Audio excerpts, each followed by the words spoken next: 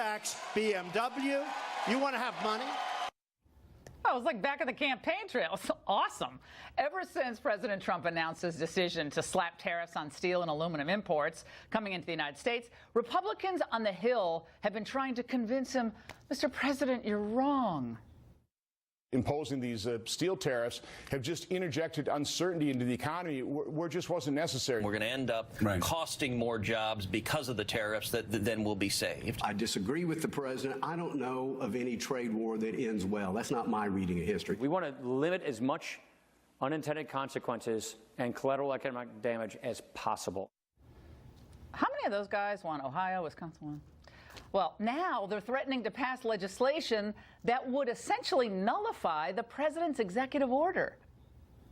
When you say, all right, let's have tariffs, but let's couple that with uncertainty, that's almost worse. I mean, those are dual poisons to the economy. You know, tariffs are awful. Tariffs married to uncertainty is probably even worse. We have some legislative tools at our disposal. The question is, of course, how do we get that to the president for his signature? I'm not happy with it because these tariffs are actually going to be a tax on the American citizens. I think there's a good chance that we will nullify them, at least if I have my way. Well, with all due respect to Senator Hatch, like, you supported GATT, you supported the TPP, you actually wanted to expand NAFTA, and you supported giving Obama fast-track trade authority. Senator Hatch has been wrong on every trade-related issue, in my mind. And now he and Jeff Flake, both soon-to-be retirees, by the way, are suddenly the sledgehammers against tariffs.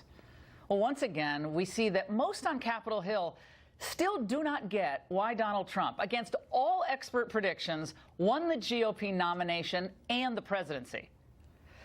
Does Mitch McConnell and Paul Ryan really believe that Trump would have won Pennsylvania, won Ohio, and won Wisconsin had he simply touted the old globalist line that all trade, no matter what happens to the American worker, is good trade? Do you remember all of the rosy predictions about opening up our trade relationship with China? It was going to be fabulous.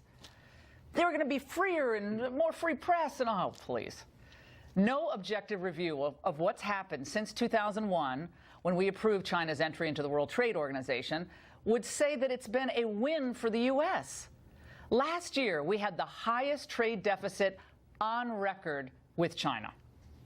And by the way, China has brazenly ripped off our intellectual property, and they flooded the world markets with an excess capacity of steel and aluminum. And what's happened? Well, you see those numbers there. This has driven down prices worldwide and driven great U.S. companies out of business. By giving massive subsidies to their own industries, the Chinese communist regime, let's not forget that, engages in rampant unfair trade practices and ends up distorting the global marketplace. Markets aren't efficient the way they operate. And as the president reiterated in Pennsylvania, look, Europe doesn't have clean hands on the trade issue either. Right now, we're running a $150 billion trade deficit with the EU. And we know they put up unfair barriers, as the president said, to our agricultural products, massive subsidies to Airbus. Europe has been taking advantage of the United States for too long, both in failing to meet its military obligations under NATO and in the trade arena. Well, Trump has already forced their hands on the NATO issue, and the sky did not fall. They're actually contributing more to the military. Now he's defending U.S. economic interests with these fairly narrowly cast two aluminum and steel tariffs. And there's a lot of historical precedents here. As Pat Buchanan wrote in a recent column, from Lincoln to William McKinley to Theodore Roosevelt and Warren Harding through Calvin Coolidge, the Republican Party erected the most awesome manufacturing machine the world had ever seen. And as the party of high tariffs, through those 7 decades, the GOP was rewarded by becoming America's party. Trump's instincts on trade have been spot on for decades. As China has become more repressive and U.S. median wages flattened for 15 straight years, mainline Republicans offered the middle class more of the same. We got more wars, more immigration, and more trade deals. And the GOP establishment and some of the Democrats, well, they heard the calls of Wall Street. They did not hear the voices of men like this. My father, during the 80s, he lost his job due to imports coming into this country. And I just want to tell you what that does to a man with 6 kids is devastating. So I never forgot that, looking into his eyes in my household, what that does to a family. You hear about it, but when you're actually involved and it impacts you, it'll never leave you. That should never leave any of us. So now Donald Trump, the only Republican politician since Reagan who can actually fill a stadium, he's supposed to listen to the same people who helped get our country into the mess that he's been trying to dig us out of? The same people, by the way, who couldn't see any of this coming and still do not really see the threat that China poses to the United States, to freedom, and yes, to the free market.